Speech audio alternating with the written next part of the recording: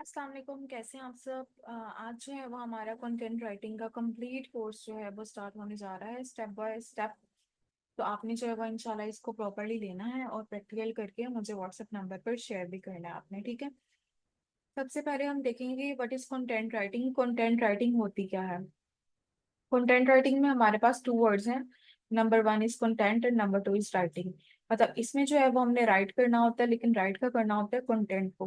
Content जो है वो हमारे पास मवाद को कहते हैं उर्दू में, राइटिंग लिखना। कंटेंट के अंदर जो है वो हमने जो है वो एक मैसेज कन्वे करना होता है, लोगों को आइडियाज देने होते हैं अपने वर्ड्स के थ्रू, यानी राइटिंग के थ्रू। एक तो हम कम्युनिकेट करके बोल के मैसेज देते हैं, एक जो है वो हम किस तरह देते हैं, लिख कर देते हैं ताकि हम अपना मैसेज दूसरों को पहुंचा सकें। कंटेंट राइटिंग दो तरह की होती है। नंबर वन पे कंटेंट राइटिंग जो है वो ऑफलाइन होती है और नंबर टू पे ऑनलाइन होती है। ऑफलाइन में हमारे पास आ जाती हैं बुक्स, आ जाती हैं हार्ड फॉर्म में, मैगजीन्स वगैरह इस तरह की, न्यूज़पेपर का कंटेंट हार्ड फॉर्म में जो होता है, ठीक है। ऑनलाइन जो है वो डिफरेंट वेबसाइट्स के ऊपर, अगर जो है वो हम यहाँ पर एक वेबसाइट विजिट करें, एक मिनट, यहाँ पर जो है वो मैं आपको शो करवाती हूँ ताकि आपको आइडिया हो जाए,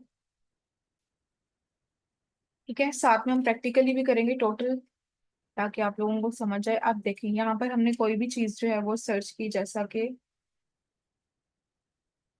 ठीक है, ये जो है वो वेबसाइट सर्च कर ली, जस्ट एन एग्जांपल। यहाँ पर ये देखें, ये जो भी कंटेंट लिखा हुआ है इसकी मेटा डिस्क्रिप्शन में, ठीक है।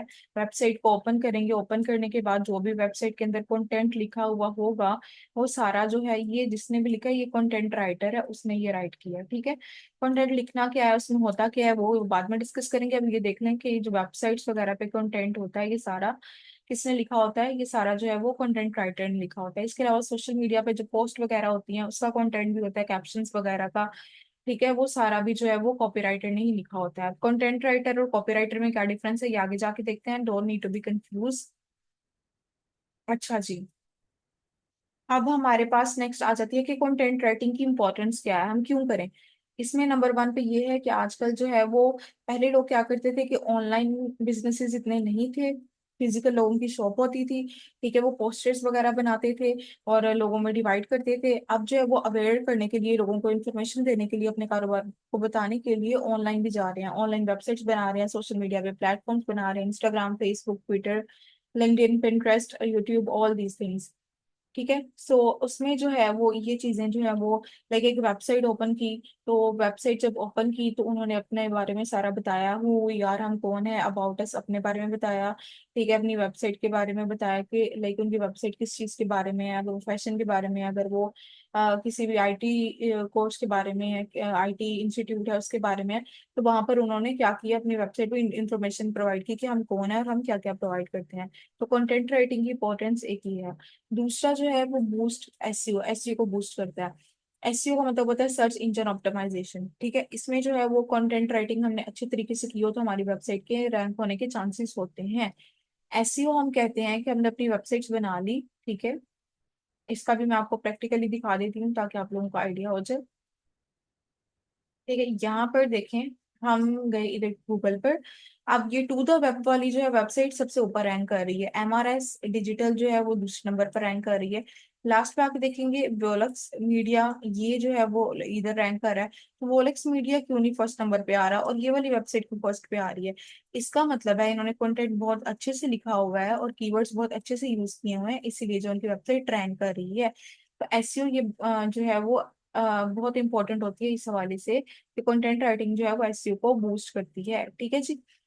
अब उसके बाद जो है वो नेक्स्ट हमारे पास आ जाता है कि ये क्रेडिबिलिटी एंड वैलिडिटी जो है बिल्ड करती है, यानी ऑडियंस के साथ जो है वो हमारा एक ट्रस्ट बिल्ड करती है कि yes we are trustworthy people, हमारा जो बिजनेस है, ब्रांड है, वो ट्रस्ट वर्थी है, लोग हम पे ट्रस्ट करने लग जाते हैं जब हम उनको अपनी इंफॉर्मेशन प्रोवाइड करते हैं। दूसरा ये कि हम जो है वो ऑडियंस के साथ इंगेज होते हैं, ठीक है, यानी लिख के अपनी इंफॉर्मेशन प्रोवाइड करती हैं, ऑडियंस से पढ़ती है, तो इस तरह ऑडियंस हमारे साथ इंगेज होती है, उससे हमारा पता चलता है, वो हमारे साथ कनेक्ट रहती है। सोशल मीडिया पे हर वीक हर डे हम जो भी पोस्ट करते हैं उसके साथ हम कैप्शन लिखते हैं, तो ऑडियंस इससे हमारे साथ इंगेज होती है। दूसरा ये एक इफेक्टिव कम्युनिकेशन चैनल है, एक तो ये कि हम रिटर्न कम्युनिकेट करके ओरली जो है वो बात करते हैं, दूसरा ये कि हम कम्युनिकेट करते हैं रिटर्न फॉर्म में।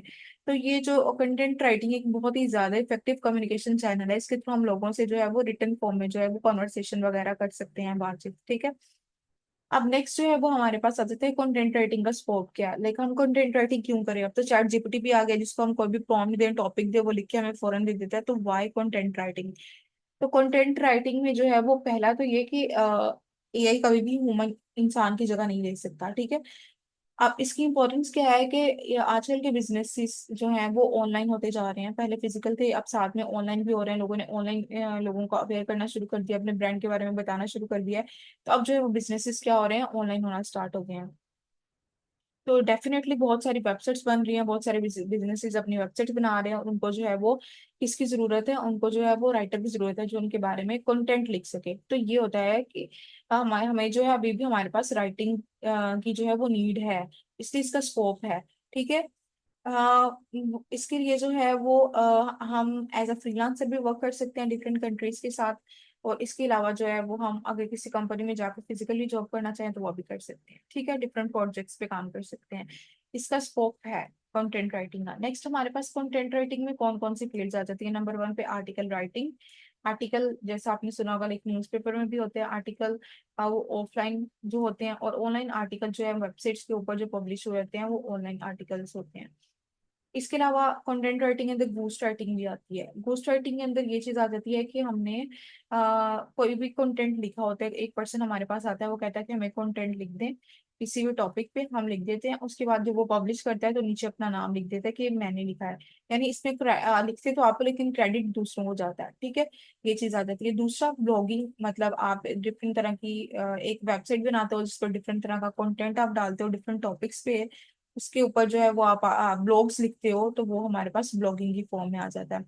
वेब कंटेंट राइटिंग, यानी अब हमने जो डिफरेंट तरह की वेबसाइट्स देखी हैं, ठीक है, उन पे जो कंटेंट है वो एक जो है वेब कंटेंट राइटर लिखता है, तो उसको वेब कंटेंट राइटिंग कहते हैं।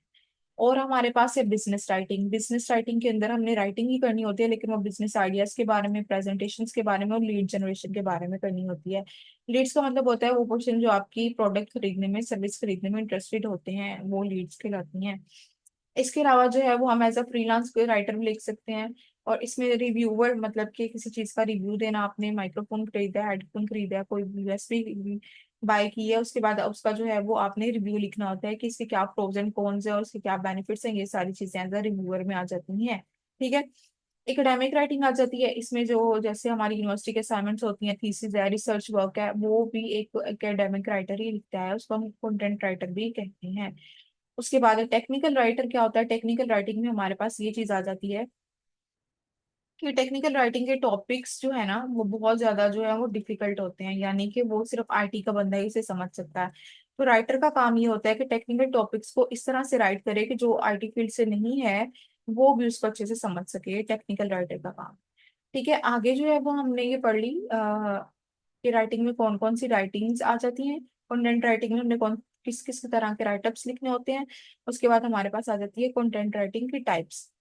कंटेंट राइटिंग की टाइप्स में सबसे पहले हमारे पास आता है वेबसाइट का कंटेंट, वेब कंटेंट राइटिंग, ठीक है। अब जो है वो हम गूगल पे जाते हैं और वहां पर मैं आपको जाकर बताती हूँ, ठीक है। हमारे पास यहाँ पर जो है फॉर एग्जांपल एक फैशन से रिलेटेड कोई भी वेबसाइट सर्च कर लेते हैं, ठीक है। अब जो है वो हमने ये विकिपीडिया है, ये ब्रिटिकानिया है, ठीक है, इसको नहीं करते हम। ओके, ये फैशन फ्लेयर है, इसको हम सर्च कर लेते हैं। अब ये देखें, यहाँ पर जो है वो न्यू अराइवल्स, शिफॉन्स, लॉन कॉटन, जो भी इनके न्यू अराइवल्स आ रहे हैं वो लिखा है। यहाँ पर इन्होंने लाइक अपने ब्रांड्स के बारे में लिखा है, ठीक है। और लास्ट पे अगर हम जाएं तो यहाँ पर जो है वो इन्होंने अपने अबाउट अस लिखा हुआ है। वेबसाइट का एक ये चीज होती है कि हमने अबाउट अस अपने बारे में लिखना होता है कि हमने कब अपना काम शुरू किया, हम क्या हैं, हम जो है वो क्या सर्विसेज प्रोवाइड कर रहे हैं, ये चीज आ जाती है। इसके अलावा जो है वो कस्टमर्स के रिव्यू यहाँ पर लिख दिए इन्होंने, ठीक है। इसके अलावा ये वेबसाइट के ऊपर ही हम कॉन्टेक्ट अस का एक पेज बनाते हैं जिसमें हम लिखते हैं कि हमसे जो है वो आप कॉन्टेक्ट करें, ठीक है। तो वो सारे पेजेस जो हैं वो इसके अंदर इंक्लूड होते हैं। इसके अलावा अबाउट अस का पेज, प्राइवेसी पेज, ये सारे जो हैं उसमें इंक्लूड होते हैं, ठीक है। यहाँ पर आप देखिए इन्होंने डिफरेंट पेजेस बनाए हुए हैं वेबसाइट के अंदर। नीचे हम चाहते हैं, यहाँ पर देखें ये पेजेस आ गए हमारे पास जो मैं फाइंड करना चाह रही थी। ये नंबर वन पे अबाउट अस आ गया। फिर हमारे पास जो है एडवर्टाइजिंग आ गई है, ठीक है, प्राइवेसी पेज आ गया हमारे पास। उसके अलावा फ्रीक्वेंटली आस्क्ड क्वेश्चन आ गए हैं। अबाउट अस पे अगर हम जाएं तो देखते हैं इन्होंने अबाउट अस का किस तरह से लिखा हुआ है। ये देखिए, इन्होंने अपने बारे में बताया हुआ है कि लाइक हमने 1927 से स्टार्ट किया था, और ये सारे जिनके पास वर्क कर रहे हैं उनके बारे में बताया हुआ है। मार्केट एडिटर्स के बारे में सारी डिटेल दी हुई है अबाउट अस में। ठीक है, अपने बारे में जो सारा डिटेल में बताया हुआ है, तो ये चीज आ जाती है अबाउट अस के सेक्शन में। ठीक है, ये कैसे लिखना है कंटेंट, इंशाल्लाह आगे जाके प्रैक्टिकल होता है। और प्रोडक्ट पेज के बारे में लिखना होता है, एफएक्यूज फ्रीक्वेंटली आस्क्ड क्वेश्चन जो लोग पूछते हैं, contact us, about us, privacy policy, ये सारी चीजें जो है वो हमारे पास कहाँ पर आती है, वेब कंटेंट राइटिंग में। ये सारी जो है वो वेब कंटेंट राइटिंग कहलाती है। अगर कोई आपके पास क्लाइंट आता है, वो कहता है मुझे वेब पेज का कंटेंट चाहिए, तो आपने कंफ्यूज नहीं होना, बल्कि आपने देखना है कि उसमें होम पेज का कंटेंट है पहले, फिर जो प्रोडक्ट या सर्विस को प्रोवाइड कर रहा है उसका कंटेंट है, एफएक्यूज लिखना है, फिर कॉन्टेक्ट अस का पेज लिखना है, अबाउट अस का लिखना है, और प्राइवेसी पॉलिसी लिखनी है। उसके बाद आर्टिकल राइटिंग आ जाती है हमारे पास। ठीक है, आर्टिकल राइटिंग के अंदर हमने आर्टिकल्स लिखने होते हैं, इंटरव्यूज लिखने होते हैं, जो बड़ी पर्सनालिटीज के दरमियान जो भी इंटरव्यू है उन्होंने क्या कॉन्वर्सेशन किया आपस में, वो इसमें आ जाता है। ठीक है, ब्लॉग पोस्ट, ये it's a part of blogging, यानी हमने जो है वो किस तरह से जो है वो लाइक डिफरेंट टॉपिक्स पे कंटेंट लिखना होता है, तो ये हमारे पास इसमें आ जाते हैं। गेस्ट पोस्ट भी, और रिव्यूज का मैंने आपको पहले बता दिया कि किस चीज पे रिव्यू देना। अब जो है हमने ऊपर पढ़ा कंटेंट राइटिंग में, जिसमें हमारे पास वेबसाइट का कंटेंट लिखना, आर्टिकल लिखना आ जाता है। आर्टिकल कैसे लिखना है वो भी इंशाल्लाह आगे जाके प्रैक्टिकल करेंगे। अब हमारे पास आ जाता है कि कॉपी राइटिंग और कंटेंट राइटिंग में क्या डिफरेंस है। कॉपी राइटिंग के अंदर में हमारा एम होता है कि हमने यूजर को इंफॉर्मेशन प्रोवाइड करनी होती है। ठीक है, इसमें जो है वो हमने अपने मैसेज कन्वे करने होते हैं और अपने आइडियाज देने होते हैं वर्ड्स के थ्रू। इसमें हमने यूजर को बताना होता है कि हम कौन हैं, हम क्या कर रहे हैं, क्या प्रोवाइड करते हैं, और हमारा मकसद क्या है। इंफॉर्मेशन प्रोवाइड कर ली, सब कुछ अवेयर कर दिया उसे। अब जो है वो हमने कॉपी राइटिंग करनी होती है। कॉपी राइटिंग में ये होता है कि हमने कंटेंट, कॉपी राइटिंग यानी कंटेंट इस तरह का लिखना है कि यूजर जो है वो एक प्रोडक्ट लेने पर कन्वेंस हो जाए, इतने अच्छे से लिखा हो कि वो कन्वेंस हो जाए कि हाँ ये तो मेरे लिए ये प्रोडक्ट, मैंने ये प्रोडक्ट लेनी है, मेरे लिए ये प्रोडक्ट बनी है। तो ये हमारे पास कॉपी राइटिंग के अंदर आ जाता है। यानी आपके पास जो है वो लीड्स आती हैं, यानी लीड्स आती हैं मतलब कि वो बंदा जो सर्विस बाय करना चाहता है। ठीक है, अब इसमें वेबसाइट कॉपी भी आ जाती है। वेबसाइट का जो कंटेंट लिखते हैं, वेबसाइट पे सर्विस पेज का, प्रोडक्ट पेज का जो कंटेंट लिखते हैं वो वेबसाइट कॉपी कहते हैं उसे। फेसबुक पे, इंस्टाग्राम पे हम डिफरेंट एड्स चलाते हैं, तो एड्स इतनी अट्रैक्टिव होती हैं ताकि जो है वो हम कोई भी कोर्स या कोई भी सर्विस जो है वो सेल कर रहे हैं, तो कंटेंट जो है वो बंदा जो है हमारे पास जो आए और वो जो प्रोडक्ट ले ले, वो एड कॉपी होती है। इसके अलावा लैंडिंग पेज, इन्फोग्राफिक्स और फ्लायर बैनर्स। फ्लायर और बैनर्स में हमारे पास थंबनेल वगैरह भी आ जाते हैं। बैनर्स यानी यूट्यूब पे डिफरेंट यूट्यूबर्स हैं, डिफरेंट तरह के अट्रैक्टिव थंबनेल यूज करते हैं ताकि बंदा देखने में मजबूर हो जाए कि ऐसे इस वीडियो में है क्या। तो वो सारे जो है वो कॉपीराइटिंग के अंदर आ जाते हैं। आगे इन्फोग्राफिक्स क्या होते हैं, इन्फोग्राफिक्स भी मैं आपको दिखा देती हूँ गूगल पे जाके, ताकि आप लोगों को कोई कंफ्यूजन ना रहे। ठीक है, अच्छा जी, इसमें जो है वो हमारे पास अगर हम जाएं यहाँ पर, तो अगर हम यहाँ पर लिखें इन्फोग्राफिक्स, ठीक है। अब इसमें जो है वो हमारे पास हमने एक ऐसा पोस्ट बनाई होती है जिसमें हमारे पास जो है वो हमने स्टेप बाय स्टेप गाइडेंस दी होती है कंटेंट के थ्रू, और साथ में इमेजेस वगैरह भी यूज हुई होती हैं, तो इन्फोग्राफिक्स वो कहलाता है। ठीक है, इसके अलावा जो है वो हम आ जाते हैं नेक्स्ट बैक अपनी स्लाइड्स पे। बिजनेस राइटिंग, यानी मैंने आपको ऊपर भी बताया था कि बिजनेस से रिलेटेड जो भी हमने चीजें लिखनी होती हैं, sales proposal, brochures, case studies या इन्वेस्टमेंट प्रपोजल्स वगैरह, वो हमारे पास बिजनेस राइटिंग में आ जाते हैं। इसके अलावा गूगल पे आप जाए सर्च करें ई बुक राइटिंग, तो ई बुक जो है लोगों ने बनाई होती है, तो पीडीएफ में वो अवेलेबल होती है, तो वो ई बुक राइटिंग के अंदर आ जाती है। कोई बुक लिखना इलेक्ट्रॉनिक फॉर्म में, हार्ड फॉर्म में नहीं, इलेक्ट्रॉनिक फॉर्म में, तो वो हमारे पास ई बुक राइटिंग में आ जाता है। डिफरेंट तरह के कोर्सेज डिजाइन करना, ये भी कंटेंट राइटिंग में आ जाता है। नेक्स्ट हमारे पास आता है SEO content writing. SEO content writing क्या होती है, इसके अंदर जो है वो एक प्राइमरी कीवर्ड होता है और एक सेकेंडरी कीवर्ड होता है। प्राइमरी मेन कीवर्ड होता है जो जिसपे जो है वो हमने कंटेंट लिखना होता है, तो अब वो कितनी बार यूज करना है, ठीक है, अब वो कैसे यूज करना है, तो इसके बारे में मैं आपको बता देती हूँ।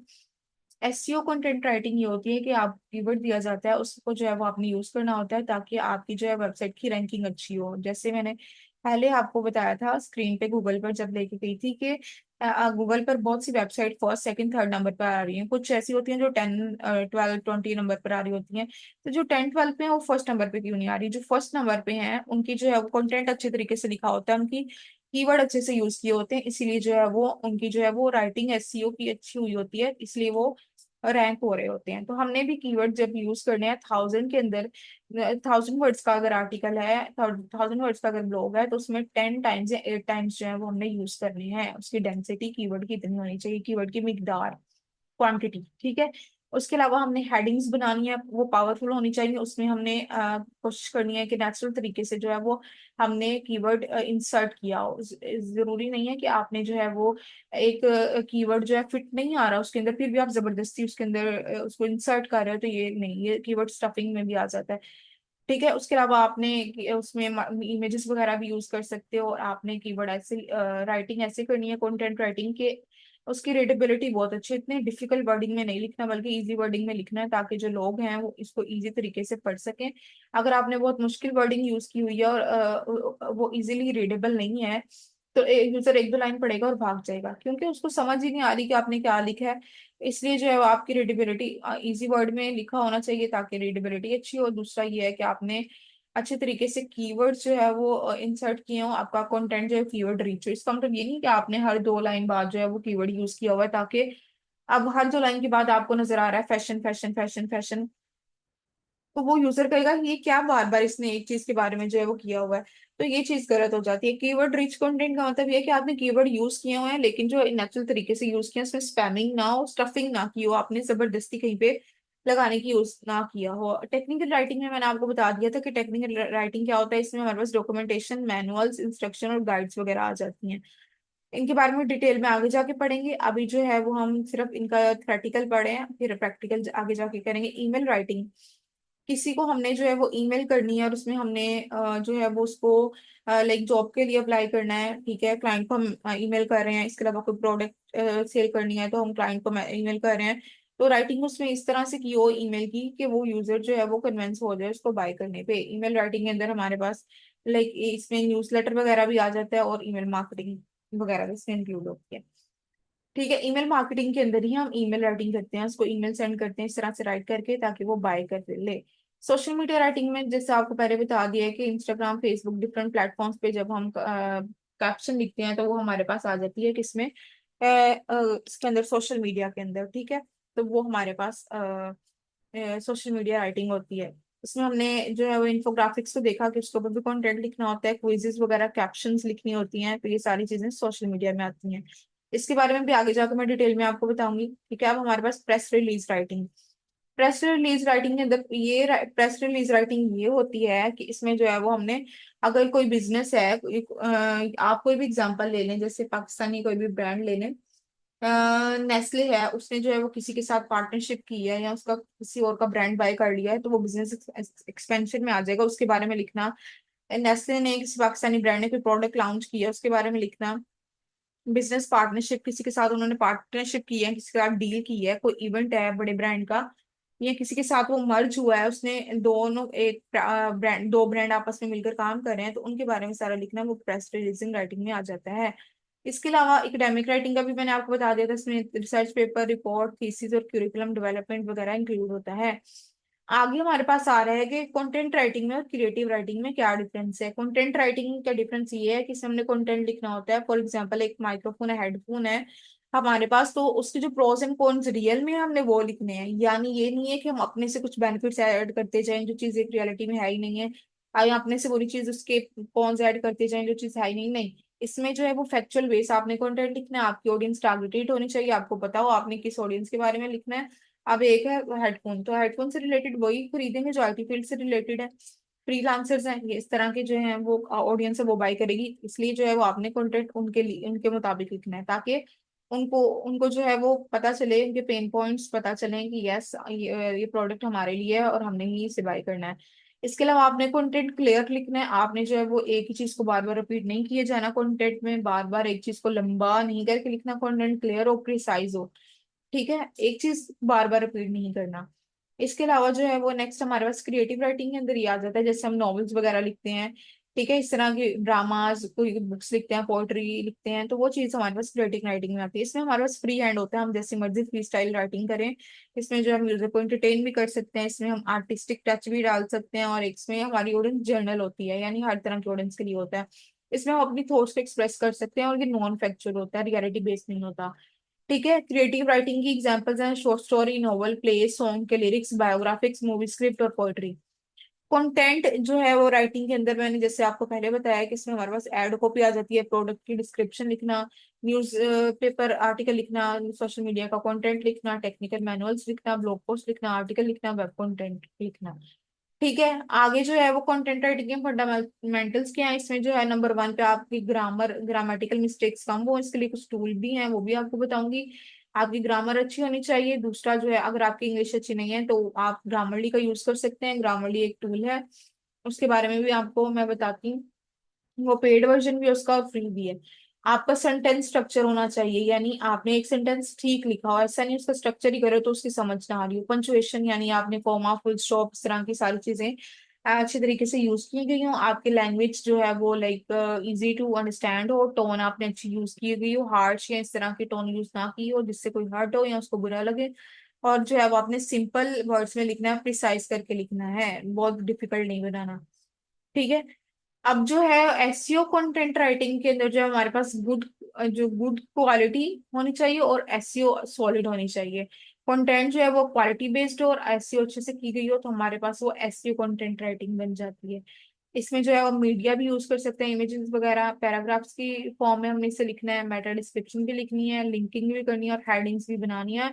और प्लेजरिज्म फ्री होना चाहिए। प्लेजरिज्म क्या होता है ये मैं आपको बता देती हूँ। प्लेजरिज्म ये होता है कि हम किसी वेबसाइट पे गए, ठीक है, ये हमारे पास कोई वेबसाइट है जैसे कि ठीक है, अब ये वेबसाइट है, इसको मैंने पकड़ा, इसके अंदर जो कंटेंट है वो मैंने पकड़कर सारा जो है वो अपनी ये सारा कंटेंट पकड़ के अपनी वेबसाइट पे ऐड कर दिया। ठीक है। अब जो है वो मतलब कि मैंने किसी का कंटेंट उठाया, अपना नहीं लिखा।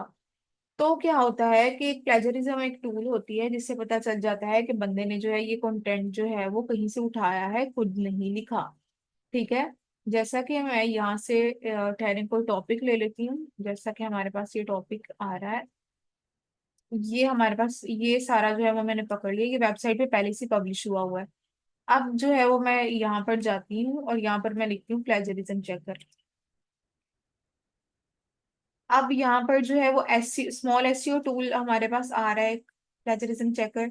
ठीक है। अब जो है यहाँ पर मैंने इसको पेस्ट करना है, पेस्ट करने के बाद जो है चेक प्लेजरिज्म करना है। यहाँ पर आप 1000 वर्ड्स को चेक कर सकते हैं, 1000 से ज्यादा वर्ड है तो आप उसे चेक नहीं कर सकते, उसके लिए आपको फिर बाय करना पड़ेगा, तो बेटर ये है कि आप 1000 वर्ड्स करके चेक करें। अब इसका प्लेजरिज्म हम चेक करेंगे तो अब ये इसका प्लेजरिज्म चेक करके देगा।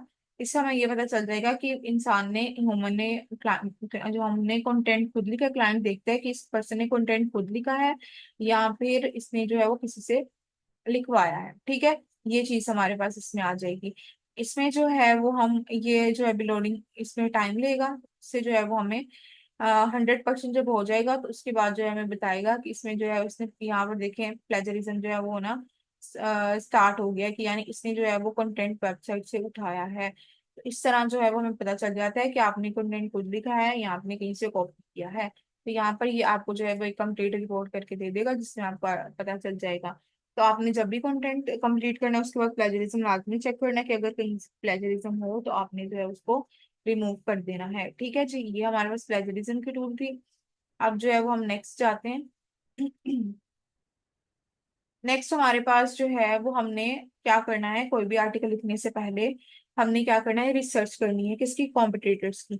ठीक है। अगर किसी ने हमें कहा है कि आपने नहीं, आप किसी ने आपको कहा है कि आपने हेडफोन्स के ऊपर कंटेंट लिखना है, तो आपने हेडफोन्स को गूगल पे सर्च किया, सर्च करने के बाद जो है वो आपके पास जो पहले टॉप 5 वेबसाइट्स ओपन होंगी आपने उसको ओपन कर लेना, वो हमारे कॉम्पिटिटर्स होंगे।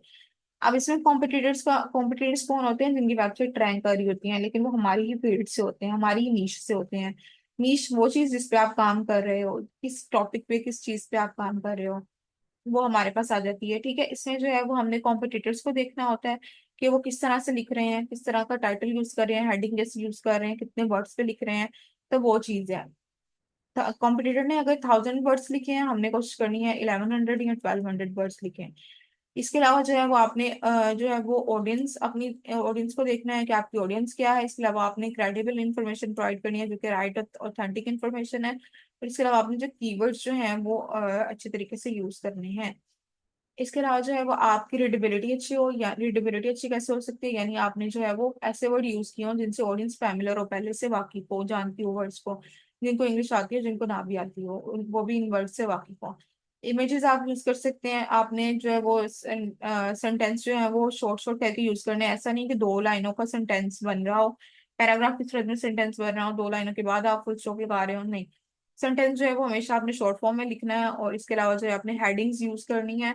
ठीक है, सब हेडिंग्स, हेडिंग्स क्या होता है ये आगे जाके प्रैक्टिकल करके मैं आपको बताती हूँ।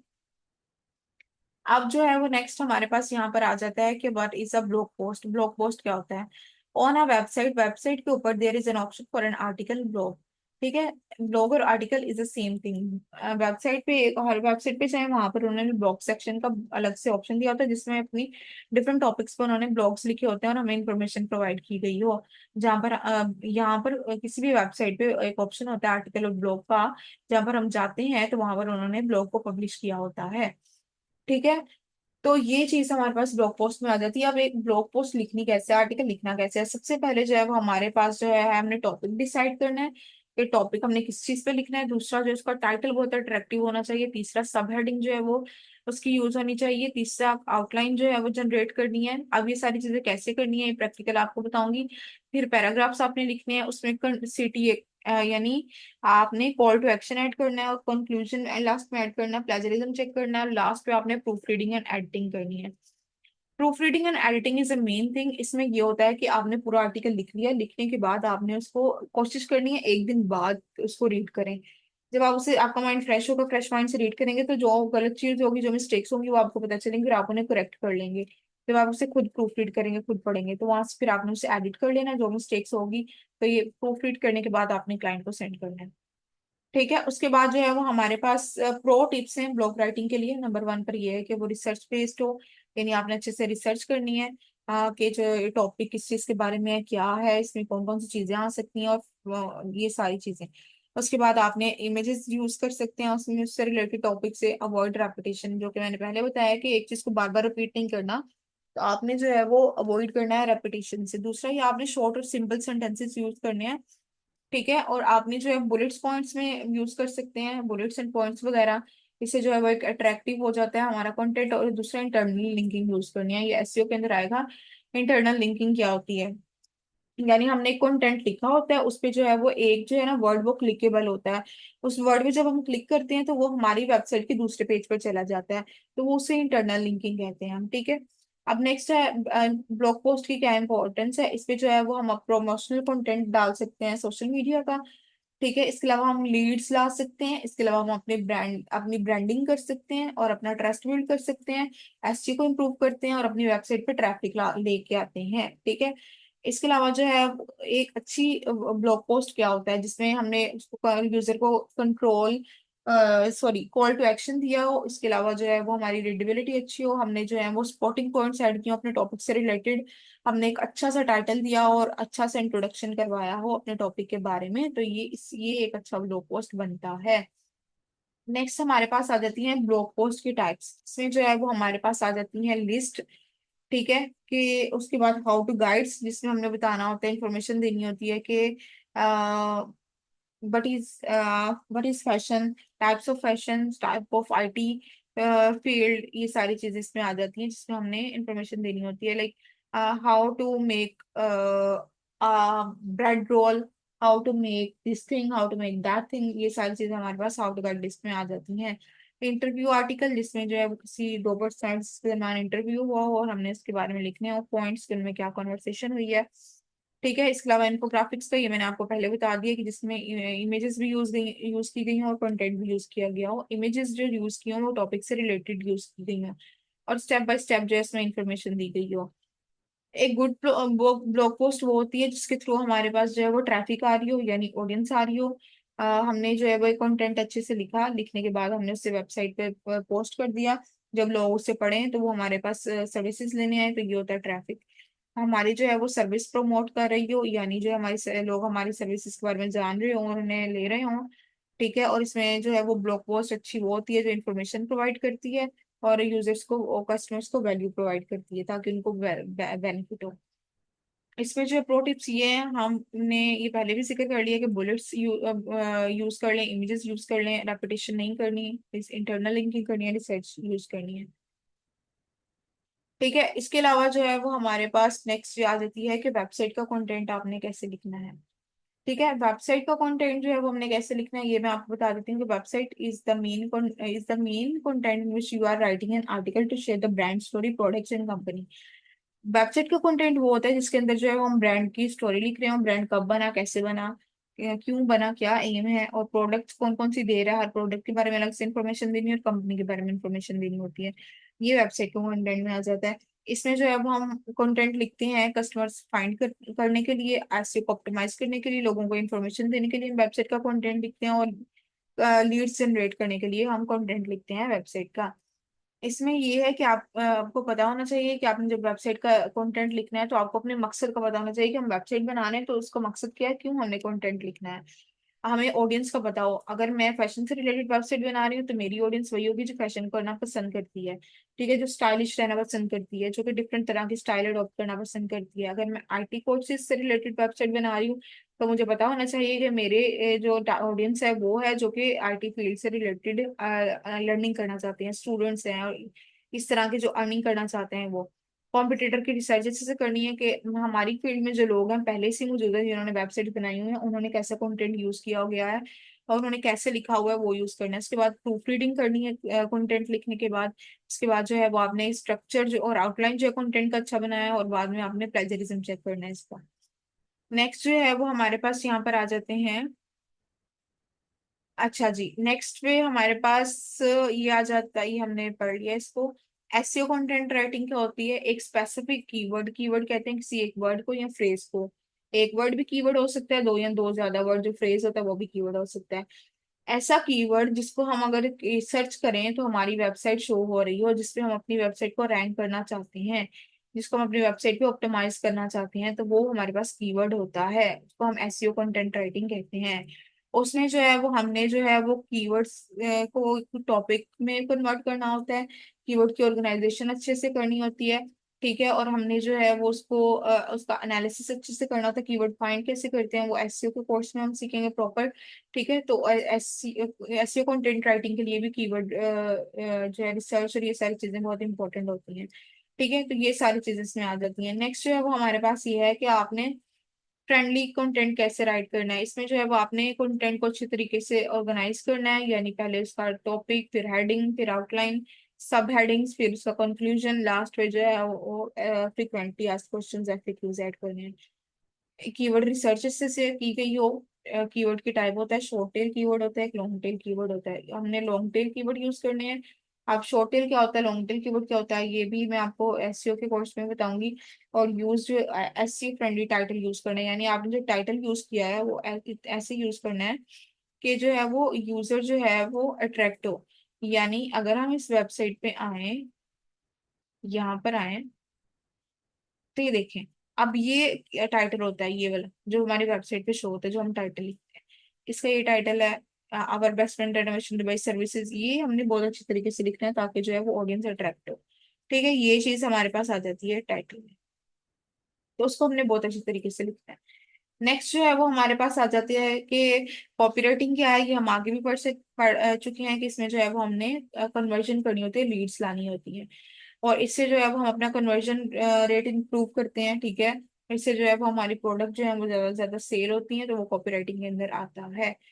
कॉपी राइटिंग जो है वो हमने एक ऐसी राइटिंग कैसी करनी है जिसमें जो है वो ऑडियंस आए, सेल्स हो। इसमें जो है वो लोगों को जो पेन पॉइंट्स हैं वो लिखने हैं, यानी लोगों को किन मुश्किलात का सामना है वो लिखना है। उसके बाद सोशल प्रूफ देने हैं कि यस ये प्रोडक्ट आपके लिए बेस्ट है। आपने एक्शनेबल वर्ड यूज करना है, ऐसे वर्ड यूज करने हैं कि यूजर बस जो है वो कन्विंस हो जाए कि मैंने ये प्रोडक्ट लेनी ही लेनी, कोई एक्शन लेने के लिए वो मजबूर हो जाए। पावरफुल वर्ड यूज करने हैं और फजूल किस्म का कोई भी कंटेंट नहीं लिखना, अननेसेसरी इंफॉर्मेशन नहीं देनी। तो आपने टोन अच्छे से यूज करनी है, आपको अपनी ऑडियंस का बताओ कि अगर एक आप चेयर सेल कर रहे हो तो आपकी ऑडियंस वो है जो कि ऑनलाइन बैठ के काम करती है, टेबल चेयर उनकी जरूरत है, तो बैक पेन में उनकी पेन हो सकती है, ठीक है, ये उनका चैलेंज है, उनको एड्रेस किया आपने। उसके बाद जो आपने सोशल प्रूफ देना है कि यस इससे जो है वो आपको बेनिफिट होगा, और आपने फिर ऐसा वर्ड यूज करना है कि वो बाय करने पर जो है मजबूर हो जाए। ठीक है, इसमें जो है वो आपने हमेशा कंटेंट राइटिंग में, कॉपी राइटिंग में हमेशा शॉर्ट सेंटेंसेस यूज करने, अट्रैक्टिव हेडिंग्स होनी चाहिए। ठीक है, और इसमें जो है वो आपने एडा का फॉर्मूला यूज करना है। वो क्या होता है, ए से बनता है हमारे पास अवेयरनेस, आई से बनता है इंटरेस्ट, डी से बनता है डिजायर, ए से बनता है एक्शन। अब इसमें जो है वो हमने क्या करना है, अवेयरनेस देनी है सबसे पहले कि ये प्रोडक्ट की क्या इंफॉर्मेशन, क्या इंपॉर्टेंस है। उसके बाद हमने बता दिया ये प्रोडक्ट किस चीज के बारे में। अब उसका इंटरेस्ट इसमें डेवलप करना है कि यस ये प्रोडक्ट आपके लिए है।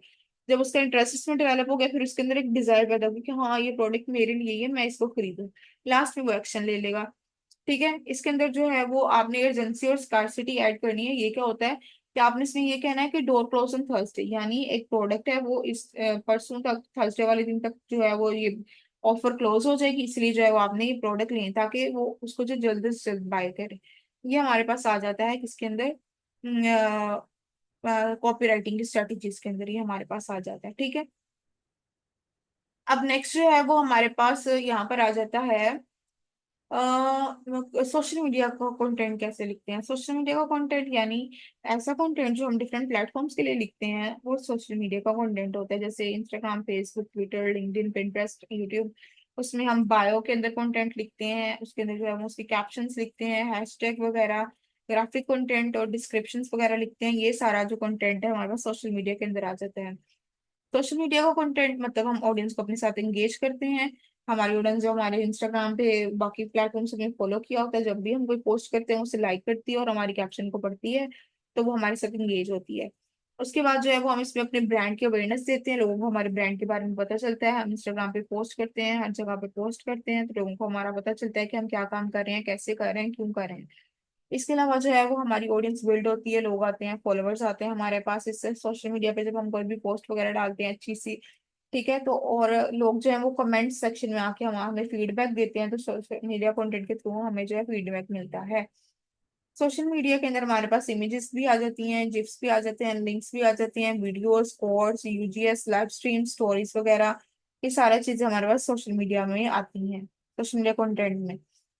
आपके पास जो है वो 10 क्लियर टिप्स ही हैं कि आपने अपने ऑडियंस को अंडरस्टैंड करना है, फिर सक्सेस स्टोरीज बतानी है, फिर उनके चैलेंजेस को एड्रेस करना है। सक्सेस स्टोरीज क्या मतलब कि कोई भी आपकी कामयाबी हुई है, कोई क्लाइंट जो सक्सेसफुल हुआ है किसी भी चीज के बारे में, उसका स्क्रीनशॉट लेके या उसकी जो है वो आप वर्ड्स को जो है अपनी स्टोरी में, अपने इंस्टाग्राम पे, अपने प्लेटफॉर्म्स पे ऐड कर सकते हैं।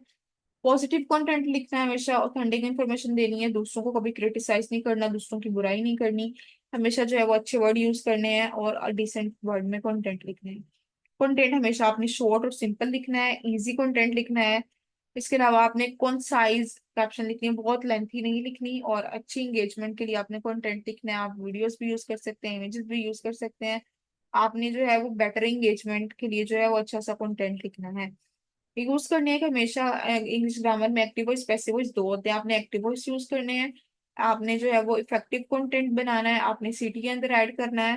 ठीक है, और इसके अलावा जो है वो बाकी जो चीजें हैं जो इसमें मैं छोड़ी हूँ, हमने पहले मैंने आपको बता दी हुई है ताकि हमारा टाइम वेस्ट ना हो। ये हमारा आज का लेक्चर थ्रेटिकल होगा ताकि इसमें जो है मैं आपको सारी इन्फॉर्मेशन दे सकूँ। इसमें जो है वो आपने शेयरेबल कंटेंट बनाना है इंस्टाग्राम, फेसबुक के लिए। यानी आता है ना कि like tag your friend, tag your family, if you love your friends, tag them. तो ये सारा आ जाता है, इस तरह का एक्शनेबल कंटेंट भी आपने अपने सोशल मीडिया पर पोस्ट करना है। ठीक है, उसमें जो है वो हमने क्या करना है, वैल्यू डिलीवर करनी है ऑडियंस को, यानी उनको फील हो रहा हो कि यस हम उन्हें कुछ फायदा दे रहे हैं। अपने जो है वो बिलीव को एक्सप्रेस करें किस चीज से रिलेटेड। इसके अलावा आपने डेली कंसिस्टेंट बेस पे जो है वो इमेजेस और पोस्ट वगैरह ऐड करनी है, और आपने ऐसी कैप्शन लिखनी है जो कि आपकी पोस्ट से मैच हो रही हो। ठीक है, इसके अलावा जो है वो नेक्स्ट हमारे पास आता है कि सोशल मीडिया कैलेंडर आपने एक बनाना है, जिसमें आपको पता हो कि आपने इस दिन ये कंटेंट ऐड करना है, एक दिन ये सोशल मीडिया पे कंटेंट ऐड करना है। ठीक है, और कैप्शन जो है मैच हो रही हो विजुअल कंटेंट से। आपने ग्रामरली इंस्टॉल कर लेना है। ग्रामरली से क्या होता है कि आपका जो है वो ग्रामेटिकल मिस्टेक्स जो है वो खत्म हो जाती हैं, और यूजर में आपने एक क्यूरियोसिटी इन्वोक करनी है, एक तजस्सुस उजागर करना है आपने यूजर के अंदर, कि वो देखे कि यस ये कंटेंट किस चीज के बारे में, उसको टिल एंड तक पढ़े, ब्लॉग पोस्ट को, आर्टिकल को। ठीक है, अब ई बुक राइटिंग का जैसे मैंने ऊपर आपको बताया था, ई बुक राइटिंग जो है वो डिजिटल वर्जन होता है किसी बुक का, हार्ड फॉर्म में नहीं होता है, इलेक्ट्रॉनिक फॉर्म में होता है। इसको जो हम रीड करते हैं टैबलेट पे, मोबाइल पे, लैपटॉप पे, कंप्यूटर पे, ये हम इसको एडिट नहीं कर सकते। और इसके अलावा ये इसमें इमेजेस भी होती हैं, टेक्स्ट भी होता है, ठीक है। और इसके अलावा जो है वो इसको जो है वो ज्यादातर ये मोबी पे, टीएक्सटी पे, पीडीएफ में, एजेडब्ल्यू में, और इसमें ईपीयूबी में जो है वो होता है। तो ज्यादा प्रेफर फॉर्मेट जो है इसका यही होता है, ज्यादातर लोग इसको पीडीएफ में पढ़ना पसंद करते हैं, ठीक है। इसके अलावा जो है बेनिफिट्स क्या है कंटेंट राइटिंग लिखने के, इसका ये होता है बेनिफिट्स, इसमें जो है वो आपको एक तो लॉन्ग टर्म एक इन्वेस्टमेंट हो जाती है आपकी, कि आपके पास लाइफ टाइम जो है वो बुक सेफ रहती है। इसके अलावा जो है वैल्यू प्रोवाइड करते हैं। इसके अलावा एक ट्रस्ट बिल्ड होता है ऑडियंस का ऑनलाइन। और इसके अलावा एक लीड जनरेशन, हमारे पास लीड्स आती हैं, हमारी वेबसाइट पे ट्रैफिक आती है, उस ई बुक को पढ़ने के लिए लोग आते हैं, तो इस तरह से ज्यादा ट्रैफिक आती है, एक अथॉरिटी बिल्ड हो जाती है। और हमने टॉपिक होता है उसको इन डेप्थ कवर कर लिया होता है, डिटेल में इसके बारे में बात की होती है।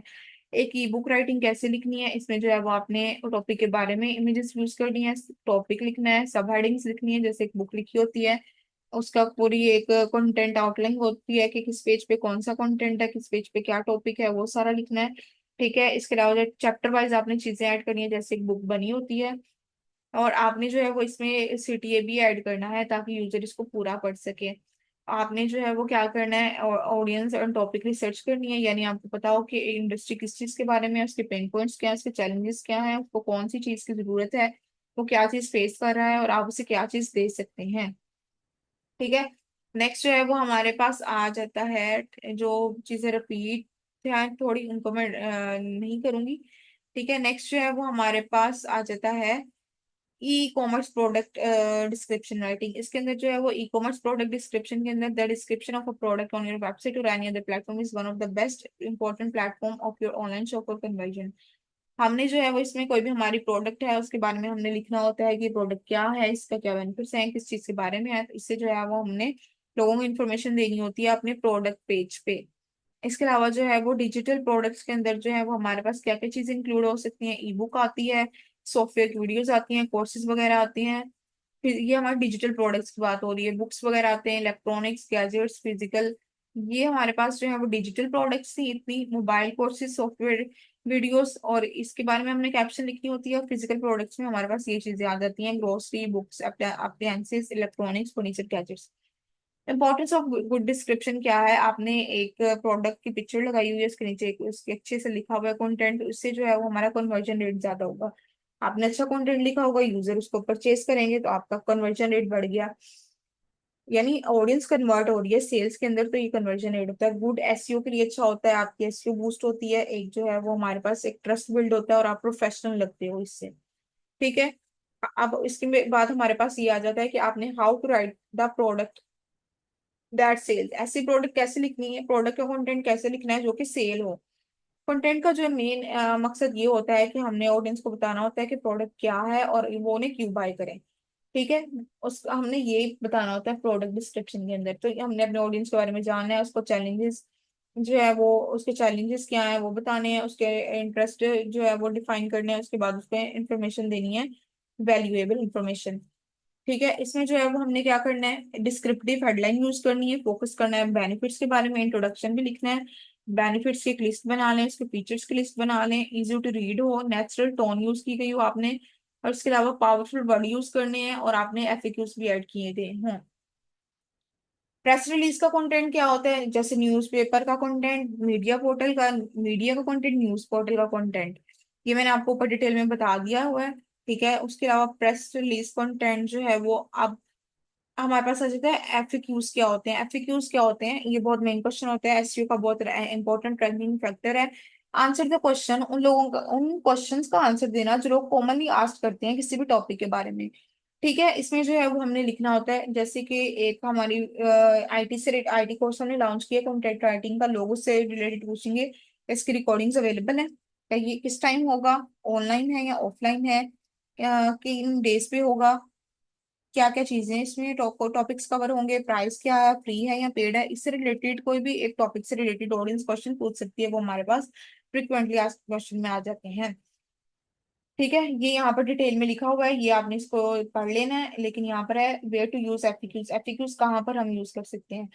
अबाउट पेज में, फुटर में और प्रोडक्ट सर्विस पेजेस पे हम एफएक्यूज यूज कर सकते हैं, ताकि प्रोडक्ट के बारे में कोई किसी के जनरल क्वेश्चन है वो पूछ सके, और हमारे बारे में कोई जनरल क्वेश्चन है तो वो पूछ सके। हमने एफएक्यूज कैसे लिखने हैं, एफएक्यूज जो है वो हमने इस तरह से लिखने हैं कि हमारी ऑडियंस से रिलेटेड क्वेश्चन हो जो वो पूछना चाह रहे हैं, ठीक है, अपडेटेड कंटेंट हो, लेटेस्ट जो भी क्वेश्चन वो पूछना चाह रहे हैं वो हो, ठीक है। उनके एफएक्यूज ऐसे हों कि वहां पर ही उनकी सारी चीजें क्लियर हो जाए ना, हमारी वेबसाइट पे आए और हमारी प्रोडक्ट को बाय करें, ठीक है। और इसके अलावा जो है एफएक्यूज लिखने के लिए आप कोरा को यूज कर सकते हैं और आंसर द पब्लिक, दो चीजें हैं, इनको यूज कर सकते हैं। ये दोनों वेबसाइट्स वही हैं जहां पर यूजर्स के फ्रिक्वेंटली आज क्वेश्चन के आंसर दिए होते हैं, तो आप वहां से आइडियाज ले सकते हैं कि कंटेंट उन्होंने कैसे लिखा हुआ है और कैसे लिखना है हमने। कंटेंट को हमेशा शॉर्ट रखना है, एफएक्यूज वाले को बहुत लंबे लंबे आंसर नहीं लिखने, कंटेंट अप टू 100 वर्ड्स का होना चाहिए, ठीक है। स्टार्ट आप यस और नो से भी कर सकते हैं, किसी ने अगर क्वेश्चन किया है कि is content writing have any scope, तो आप लिख सकते हैं यस, यहाँ से स्टार्ट कर सकते हैं और फिर अपना आंसर लिख सकते हैं, ठीक है जी। अब हमारे पास नेक्स्ट आ जाता है ईमेल, ईमेल मार्केटिंग में जो है वो हमने कंटेंट लिखना होता है, वो हमने किस तरह से लिखना होता है, ठीक है। ईमेल के अंदर जो है वो हमारे पास वेलकम ईमेल्स आ जाती हैं, स्पेशल ऑफर ईमेल आ जाती हैं, न्यूज़लेटर, सर्वे, रिक्वेस्ट ईमेल, अनाउंसमेंट ईमेल। ये ईमेल्स कैसे लिखनी है ये आगे जाके प्रैक्टिकल में आपको बताऊंगी। Birthday, anniversary, abandon card emails, recorder email, ये सारी हमारे पास आ जाती हैं। ईमेल मार्केटिंग का क्या रोल होता है, ईमेल हम क्यों लिखते हैं, इससे जो है हम इंफॉर्मेशन शेयर करते हैं यूजर के साथ, जो है वो हम अपना रिलेशनशिप बिल्ड करते हैं। हमारी कोई भी नई ऑफर आई है, हमने कोई भी न्यू प्रोडक्ट लॉन्च किया, कोई नई डील आई है, उसके बारे में हम ऑडियंस को बताते हैं, लोगों को बताते हैं, और हमारे जो सब्सक्राइबर्स हैं वो कस्टमर बन जाते हैं हमारे, और हम जो है अपनी प्रोडक्ट को सेल कर सकते हैं। हमने जो है वो ईमेल कैसे लिखनी है इसके बारे में यहाँ पर मैंने आपको बताया हुआ थोड़ा डिटेल में। इसमें इसका जो है वो प्रैक्टिकल करेंगे देन आपको समझ आ जाएगा, ठीक है। इसलिए जो है वो अभी हम इसको ईमेल कैसे लिखनी है ये इंशाल्लाह मैं आपको प्रैक्टिकल जो है वो आगे जाके बताऊंगी। अब यहाँ पर केस स्टडी के बारे में हमारे पास आ गया कि what is case study, case study हमारे पास क्या होती है, इसको हम देख लेते हैं, सारा केस स्टडी के बारे में है। तो एक केस स्टडी होती है is an analysis of a particular instance to show a quantifiable outcome as a result of the application of something, show your audience that you are opting to solve the problems. Case study के अंदर जो है वो हमने क्या करना होता है कि एक ऐसा एनालिसिस होती है कोई भी पर्टिकुलर इंस्टेंस के बारे में, जिसमें जो है वो हम क्वांटिफिकेबल आउटकम जो है वो शो कर रहे होते हैं। इसमें ये आ जाता है कि अगर एक कस्टमर है, उसने हमसे कोई प्रोडक्ट लिया है या कोई चीज ली है, तो उसमें जो है वो उसका क्या, उसने क्या हमें फीडबैक दिया, क्या वो हमारे हमसे सेटिस्फाइड है या नहीं, ये सारी चीजें हमारे पास आ जाती हैं केस स्टडी के अंदर, ठीक है। अच्छा जी, ये सारा अब आगे केस स्टडी के बारे में ही है, तो इंशाल्लाह जो है हमारा थ्योरेटिकल जो भी मेन मेन चीजें थी वो यहाँ पर मैंने कवर करने की कोशिश की है, ठीक है। अब जो है वो आपने अपने प्रोजेक्ट्स कहाँ पे फाइंड करने हैं, आप वर्क पे, फ्रीलांसर पे, फ्लेक्स जॉब पे, प्रो ब्लॉगर, लिंक्डइन, behance, यहाँ पर जो है वो आप जो है वो अपने फाइंड कर सकते हैं। किस तरह से फाइंड करने हैं, हर एक पे अलग अलग वीडियो आएगी। मैंने वीडियो को शॉर्ट करने की रखने की कोशिश की है बहुत ज्यादा, ताकि जो मेन मेन चीजें हैं बस वही कवर हो, ज्यादा टाइम वेस्ट ना हो, ठीक है। तो जो मेन मेन चीजें थी उनका मैंने आपको बता दिया है। आई होप कि आपको टॉपिक्स जो है वो सारे थ्योरेटिकल वे में कवर हो। नेक्स्ट जो है वो हर वीडियो प्रैक्टिकली होगी ना कि थ्योरेटिकल, ठीक है। सो आई होप कि आपको वीडियो बहुत अच्छी लगी हो, अगर अच्छी लगी हो तो चैनल को सब्सक्राइब करें। कोई भी क्वेश्चन हो तो कंटेंट सेक्शन में आप पूछ सकते हैं। Thank you so much, fee Aman Allah, Allah Hafiz.